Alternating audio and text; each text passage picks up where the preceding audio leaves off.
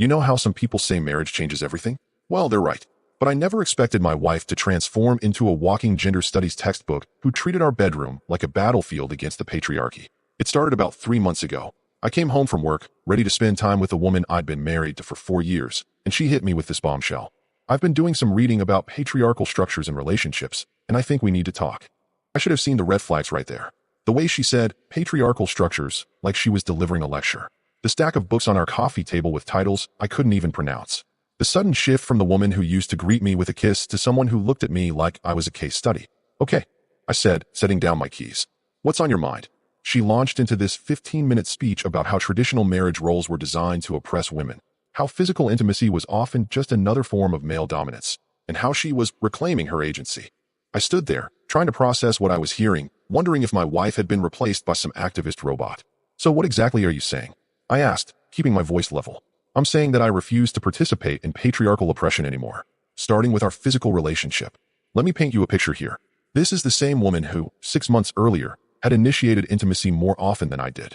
The same woman who used to complain when I worked late because she missed me. Now she's telling me that our entire relationship was apparently some elaborate scheme to keep her down. You're telling me that when we're together, I'm oppressing you? I asked, genuinely trying to understand her logic. It's not personal, she said, like she was explaining basic math to a child. It's systemic. The expectation that women should be available for male pleasure whenever men want it is a cornerstone of patriarchal control. I felt something shift inside me, but not in the way she probably expected. It wasn't guilt or shame. It was clarity. Crystal clear clarity that I was dealing with someone who had decided to view our entire marriage through the lens of oppression politics. When have I ever expected you to be available whenever I want? I asked. When have I ever pressured you or made you feel like you had to do anything? She started rattling off statistics about marital coercion and something called coercive consent that she'd learned from her new online feminist group. I realized I wasn't talking to my wife anymore. I was talking to a spokesperson for whatever ideology she'd absorbed. That night, when she went to bed, I sat in the living room thinking about what had just happened. For years of marriage, and suddenly, I'm the enemy. Not because of anything I'd done, but because of what I represented in her new worldview. Over the next few weeks, it got worse. She started analyzing everything I did through her new feminist lens. If I held the door open, I was performing benevolent sexism. If I paid for dinner, I was reinforcing economic dependency. If I complimented her appearance, I was objectifying her. The woman who used to love when I brought her flowers now lectured me about how gifts were transactional gestures designed to maintain power imbalances. The woman who used to curl up next to me on the couch now sat on the opposite end, explaining how physical affection was normalized coercion. I tried reasoning with her. I tried asking questions about her new beliefs. I tried understanding where this was coming from. But every conversation ended the same way, with her using academic jargon to explain why I was wrong and she was enlightened. The breaking point came 3 weeks ago. I'd had a long day, and I reached over to give her a hug when I got home. She actually stepped back and said, "I need you to ask for consent before initiating physical contact." I stared at her. I need to ask permission to hug my own wife. It's about respecting boundaries and dismantling patriarchal assumptions about access to women's bodies. That's when I realized something important. She wasn't trying to improve our relationship. She was trying to destroy it in the name of ideology. And I was standing there, letting her do it, trying to be understanding while she systematically dismantled everything we'd built together. "You know what?" I said, stepping back. "You're absolutely right." She looked surprised. "I am. Yes, you're completely right about patriarchal oppression. And I'm going to stop oppressing you immediately." She smiled, thinking she'd won some kind of victory. "I'm glad you're finally understanding." "Oh, I understand perfectly," I said. "From now on, I won't impose any patriarchal expectations on you at all. No more oppressive hugs, no more coercive compliments, no more problematic gestures of affection. You've opened my eyes to how terrible I've been." She nodded, still not catching the edge of my voice. "This is really progress." "It absolutely is," I agreed. "In fact, I'm going to be so respectful of your boundaries that I won't burden you with any of my patriarchal presence unless absolutely necessary." That night, I moved into the guest room, not because I was hurt or angry, but because I was done playing a game where I was automatically the villain. If she wanted to treat intimacy like oppression, then I was going to give her exactly what she asked for: complete freedom from my apparently oppressive presence. The next morning, she seemed confused when I didn't try to kiss her goodbye. "Everything okay?" she asked. "Everything's perfect," I said. "I'm just respecting your boundaries. Have a great day."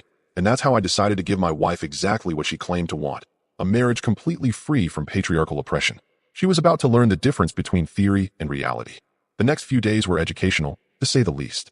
My wife had gone from questioning our physical relationship to interrogating every aspect of our marriage like she was conducting a sociology experiment. I'd wake up, get ready for work, and she'd be there with her morning lecture about how the division of household labor reinforced gendered expectations.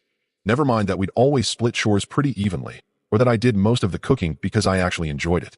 Now everything was evidence of systemic oppression. The fact that you handle the finances is a classic example of economic control, she announced over breakfast, reading from one of her feminist theory books.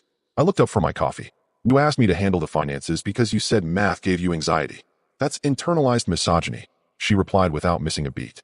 Society conditioned me to believe I wasn't good with numbers. So you want to take over the budget? I asked. It's not about what. It's about dismantling patriarchal structures. Great. The checkbook's in the desk drawer. Have at it. She paused, clearly not expecting me to agree so readily. Well, I don't have time right now to restructure our entire financial system. Of course not, I said, getting up to leave for work. But when you're ready to dismantle that particular structure, just let me know. This became the pattern. She'd identify some new form of oppression in our relationship. I'd agree completely and offer to change it immediately, and she'd backtrack with excuses about why now wasn't the right time for her liberation. When she complained that me driving most of the time was reinforcing masculine dominance over transportation, I handed her the keys and told her she could drive everywhere from now on. Suddenly, she remembered that she didn't like driving in heavy traffic.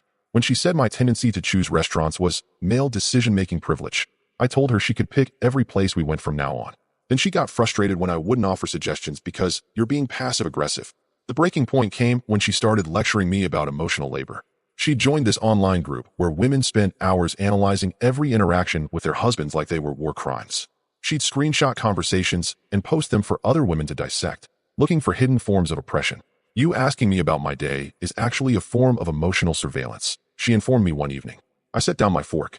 Asking how your day went is surveillance. It's a way of monitoring my activities and emotional state. It's a control mechanism disguised as caring. So you don't want me to ask about your day? I want you to recognize that the expectation of emotional sharing is a gendered burden placed on women. Got it. No more questions about your day. She looked at me like I'd missed something. That's not what I'm saying. Then what are you saying? I'm saying you need to examine why you feel entitled to access my emotional experience. I leaned back in my chair. You know what? You're absolutely right. I have been way too entitled to your emotional experience. From now on, I'll keep my emotional surveillance to myself. You're being sarcastic. Not at all. I'm being respectful of your boundaries. You've made it clear that my interest in your daily life is a form of oppression, so I'm going to stop oppressing you. That night, when she tried to tell me about something that happened at work, I politely said, I don't want to engage in emotional surveillance. You should share that with someone who won't use it as a control mechanism. She stared at me. I want to share it with you. But I thought sharing emotional experiences was a gendered burden. It is, but what? Either it's oppression or it's not. You can't have it both ways. This was when I realized something crucial about her new ideology. It wasn't actually about creating a better relationship. It was about having a framework that made her right about everything and me wrong about everything. No matter what I did, it could be interpreted as oppression. If I was attentive, I was controlling.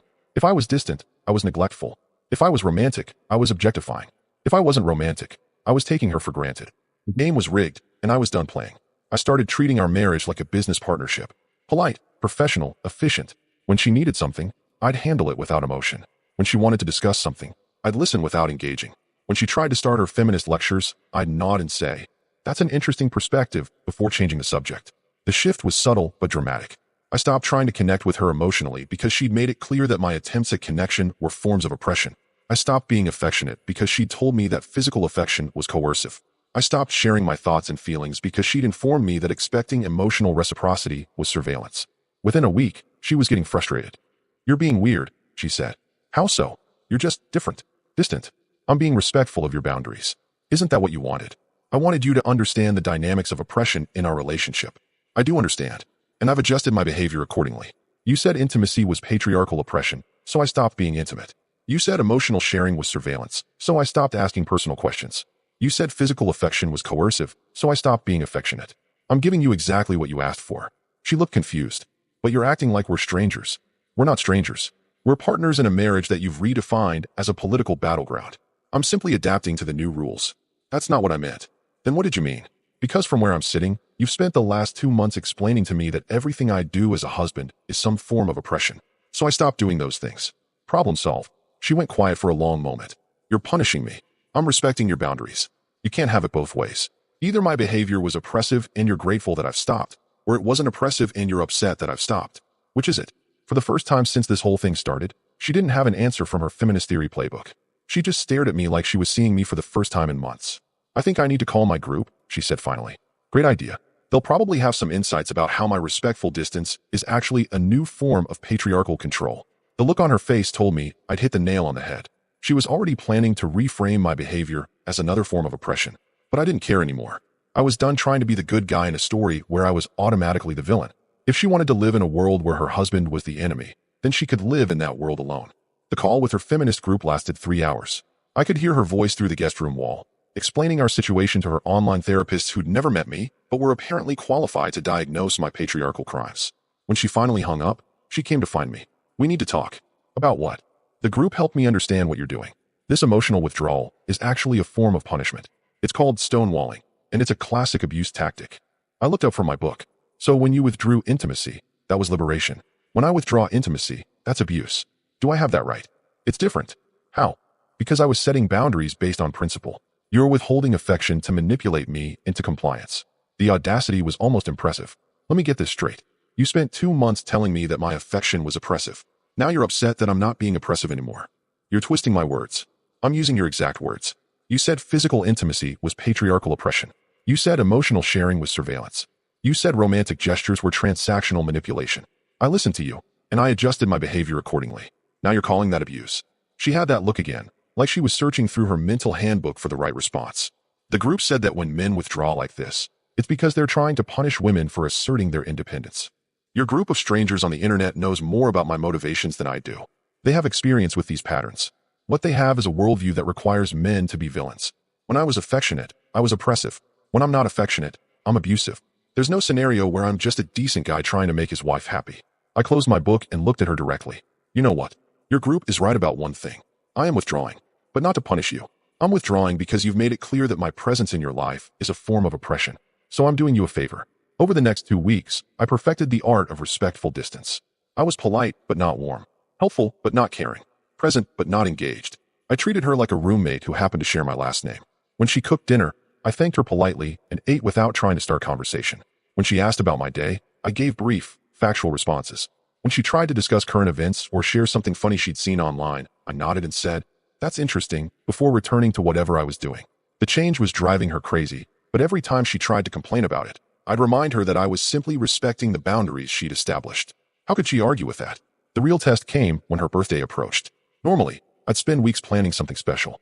I'd take the day off work, surprise her with breakfast in bed, maybe plan a weekend getaway. But all of that fell under the category of patriarchal gestures she'd spent so much time criticizing. So I didn't do anything. The morning of her birthday, I wished her a happy birthday and went to work like any other day. No breakfast in bed, no flowers, no gift, no special dinner plans. When she asked if I had anything planned, I said, "I didn't want to impose any patriarchal expectations on your birthday celebration." She stood there in her pajamas, looking confused. "But it's my birthday."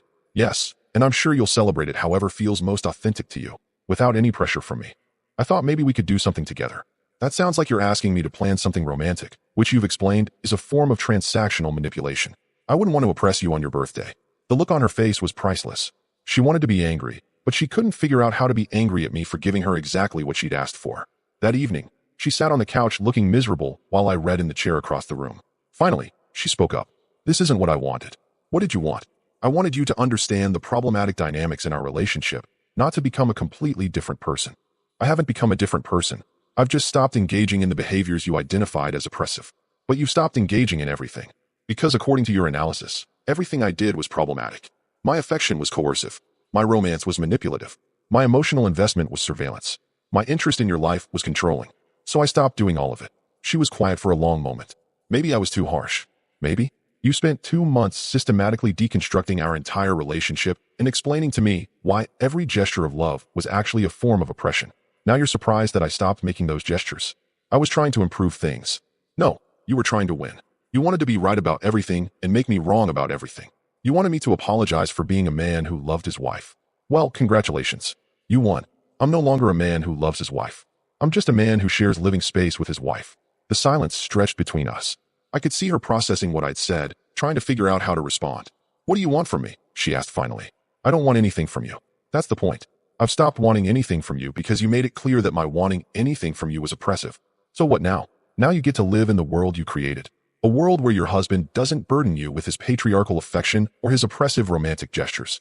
A world where you're completely free from the terrible experience of being loved by a man. She looked like she was about to cry, but I felt nothing.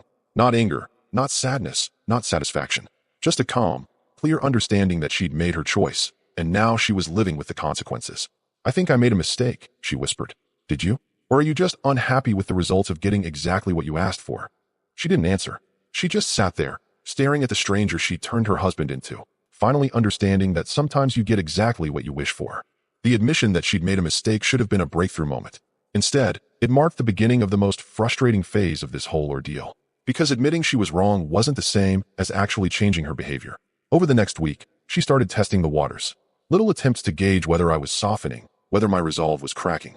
She'd brush against me in the kitchen, make subtle comments about missing how things used to be, or try to initiate conversations about our relationship. Each time, I maintained my respectful distance. When she brushed against me, I'd step aside politely.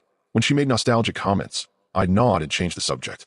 When she tried to discuss our relationship, I'd remind her that I was simply respecting the boundaries she'd established. You can't stay like this forever, she said one evening, clearly frustrated. Like what? Cold. Distant. Like you don't even know me. I'm not cold. I'm respectful. There's a difference. This isn't respect. This is punishment. I set down my coffee and looked at her. You know what punishment would look like? Punishment would be me doing what you did to me. Punishment would be me analyzing everything you do through some ideology that makes you automatically wrong. Punishment would be me lecturing you about how your behavior is problematic while demanding you change to accommodate my worldview. I never did that. You spent 2 months doing exactly that. You took every gesture of affection I'd ever made and reframed it as oppression. You joined a group of strangers online who helped you dissect our marriage like it was a case study in patriarchal abuse. You made me the villain in my own love story. She looked uncomfortable. I was trying to grow. You were trying to win. And you did win. You successfully convinced me that my love was oppressive. So I stopped expressing it. Problem solved. But I don't want you to stop expressing it. Then you shouldn't have spent 2 months explaining to me why expressing it was wrong. This was the trap she'd created for herself. She wanted to go back to the way things were, but she couldn't actually admit that her entire feminist awakening had been misguided. She was stuck between wanting my affection and maintaining her ideological position that my affection was problematic. The solution she came up with was to try to have it both ways. She'd approach me with the vocabulary of her feminist theory, but with the expectation that I'd somehow translate that into normal human interaction. I think we should work on rebuilding our emotional intimacy in a way that honors both our autonomy, she said one night. That sounds like a great project for you to work on. I mean, together. Why would I work on rebuilding something you spent so much time explaining was harmful? Because I want us to find a healthier dynamic. The dynamic we have now is perfectly healthy. You have complete autonomy. I make no demands on your time, attention, or affection. I don't impose any patriarchal expectations. You're free to live your life exactly as you choose, without any input from me. That's not what I meant by autonomy. Then what did you mean? She paused, clearly struggling. I meant that we should both feel free to express our authentic selves without judgment. Great. I'm expressing my authentic self. My authentic self has learned that expressing love to you is considered oppression, so my authentic self has stopped doing it. You're being deliberately obtuse. I'm being deliberately consistent. You can't spend months teaching me that my behavior is wrong and then get upset when I change my behavior. The conversation went in circles like this for an hour.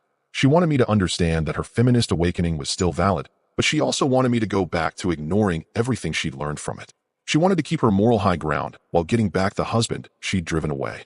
But I wasn't playing that game anymore. When she tried to cuddle on the couch, I'd politely move to the chair. When she suggested we watch a movie together, I'd say I had other plans. When she asked if I wanted to go out to dinner, I'd remind her that me choosing restaurants was an expression of male decision-making privilege. You're using my own words against me, she complained. I'm using your own wisdom to guide my behavior. Shouldn't you be proud that I've internalized your lessons so thoroughly?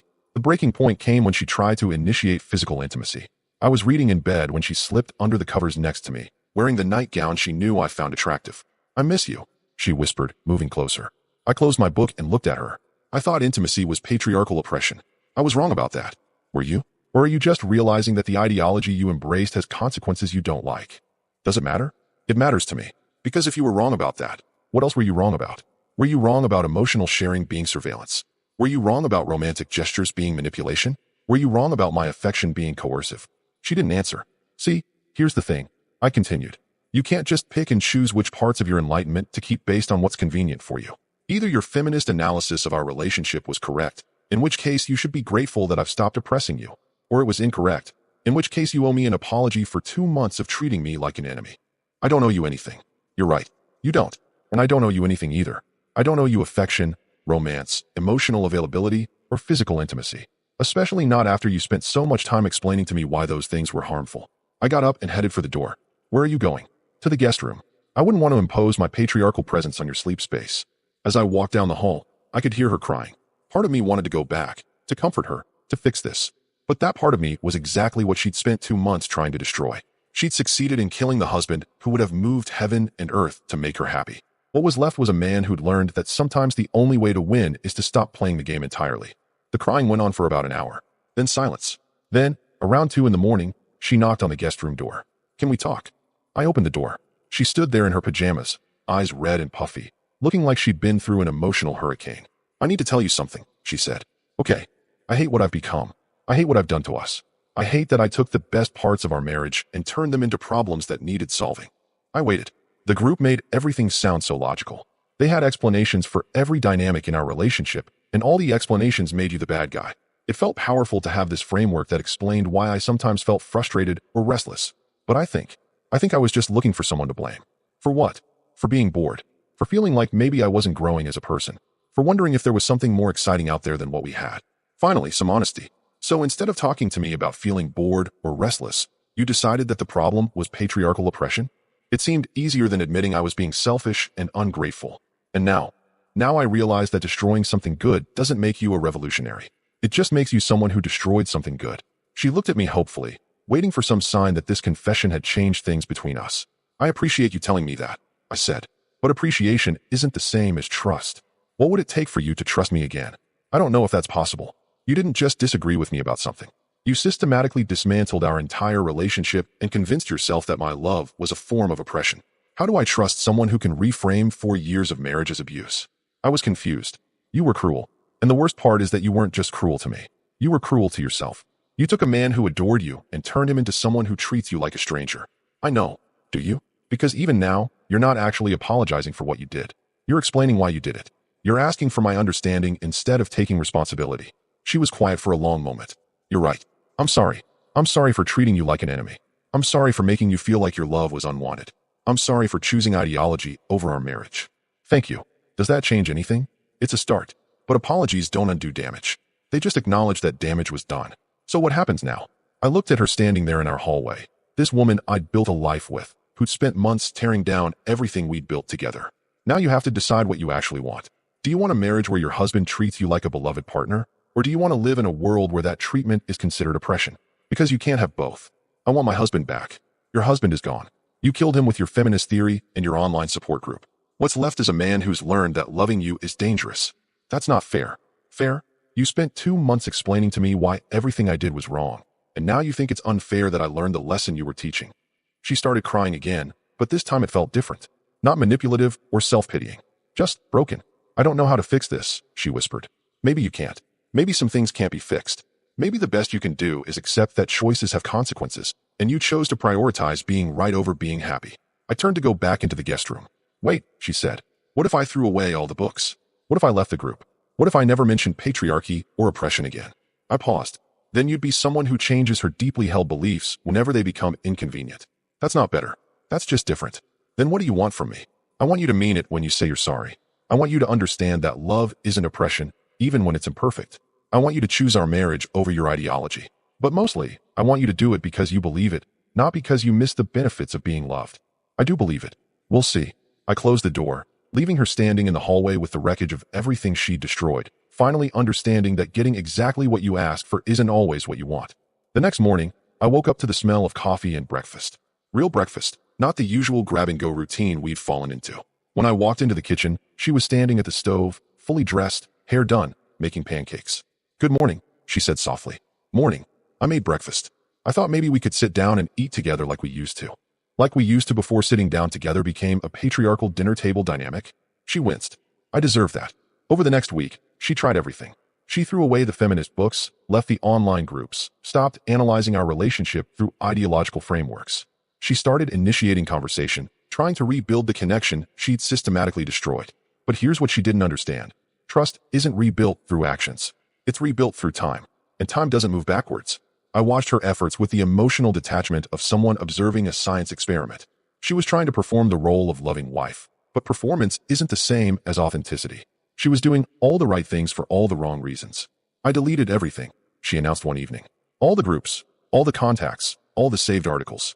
I'm done with all of it. Why? Because I want to save our marriage. That's not a reason. That's a goal. Why do you want to save our marriage? She paused, clearly not expecting the question. Because I love you. Do you? Or do you love the idea of being married? Do you love me? Or do you love the security and comfort I provide? I love you. Then why did you spend 2 months trying to convince me that my love was harmful? Because I was wrong. About what specifically? She struggled with this. About everything? That's not good enough. If you can't articulate what you were wrong about, then you don't actually understand what you did wrong. This was the test. Not whether she could apologize, but whether she could comprehend the depth of what she destroyed. I was wrong about your affection being oppressive, she said finally. I was wrong about romance being manipulative. I was wrong about viewing our relationship as a power struggle instead of a partnership.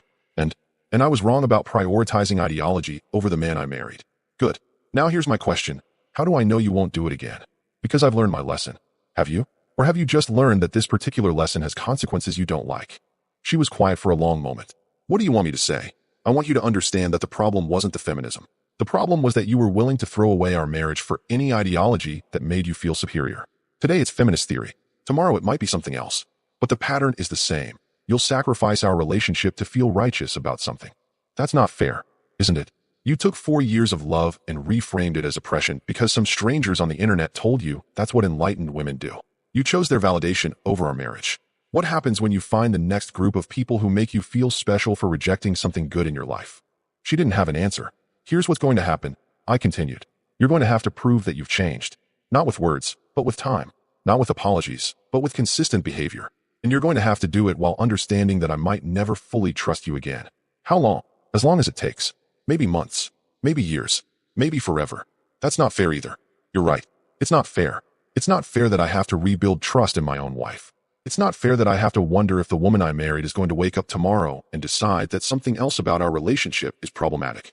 It's not fair that I have to choose between loving you and protecting myself from you. She started crying again, but I didn't move to comfort her.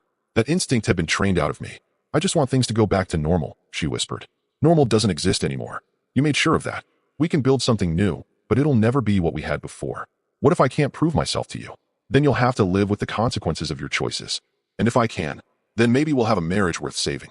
She looked at me across the kitchen table. This woman who'd been my partner, my best friend, my lover, and my adversary all in the span of a few months. I'm going to try, she said. Good. Because I'm done trying. I'm done being the only one fighting for us. I'm done making excuses for behavior that nearly destroyed something I valued. From now on, you prove yourself to me, not the other way around. I stood up and started to leave. Where are you going?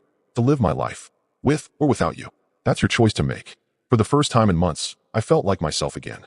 Not the oppressor she'd made me out to be, not the doormat I'd almost become, but the man who knew his worth and wouldn't settle for less than he deserved. Whether she chose to meet that standard was up to her, but I was done lowering it to accommodate her confusion. Our story has come to an end. If you've made it this far, how about subscribing to our channel? It helps us immensely. I've selected 2 other videos for you that I'm sure you'll enjoy. Feel free to click on them. I'll be waiting for you in the next story. See you soon.